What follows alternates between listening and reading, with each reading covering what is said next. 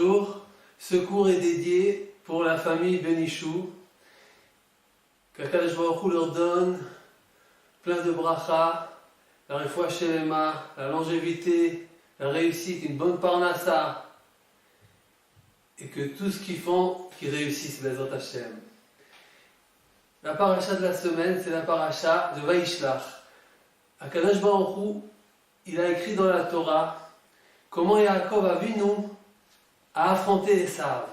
Il s'est préparé devant son pire ennemi, l'ennemi de toutes les générations, l'ennemi d'Israël, à trois choses.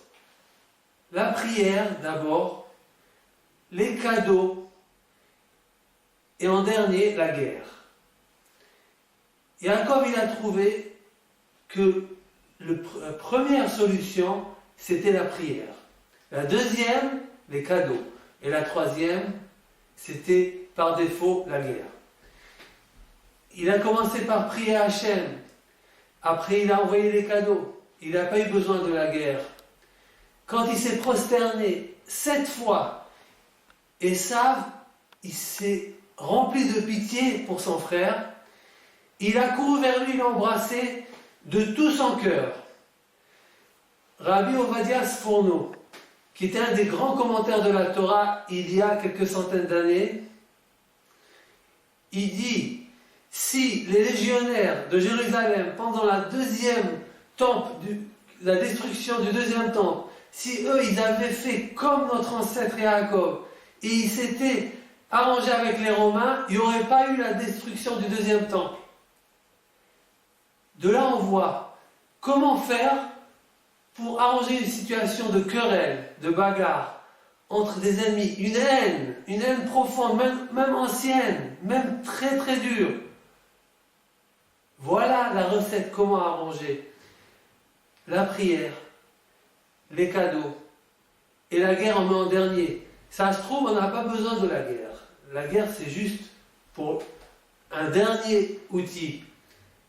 Si on sait transformer chez nous-mêmes, renverser la haine et la transformer en amitié pour notre ennemi, lui aussi chez lui ça se renverse. Shlomo Amelech dit un verset, comme l'eau, elle reflète la face de celui qui la regarde, la même chose, le cœur des hommes, des uns, des autres, un il reflète l'autre. Ça veut dire, chacun il sent qu'est-ce que l'autre pense de lui. Donc, il y avait une histoire à ce propos, un grand rave qui était Dayan. Un jour sont venues 2 personnes pour être jugées.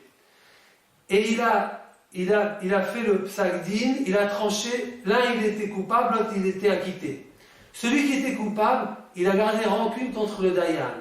Il voulait se venger.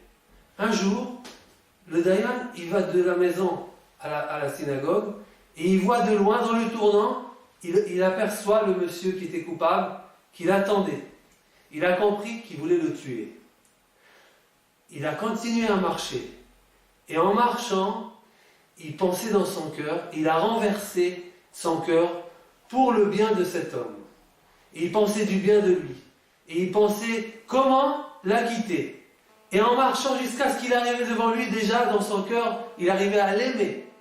Et bien le tueur, lui aussi, quand il est arrivé devant lui, il a baissé le couteau. Il a dit, Rabbi, bonjour, comment vous allez? Il s'est transformé. Voilà le chemin de Yaakov Avinu qui nous enseigne comment arranger une situation de querelle très même compliquée.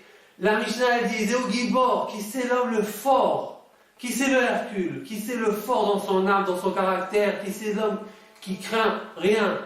Aose Mison, oh Avo, celui qui arrive à transformer l'ennemi à un ami.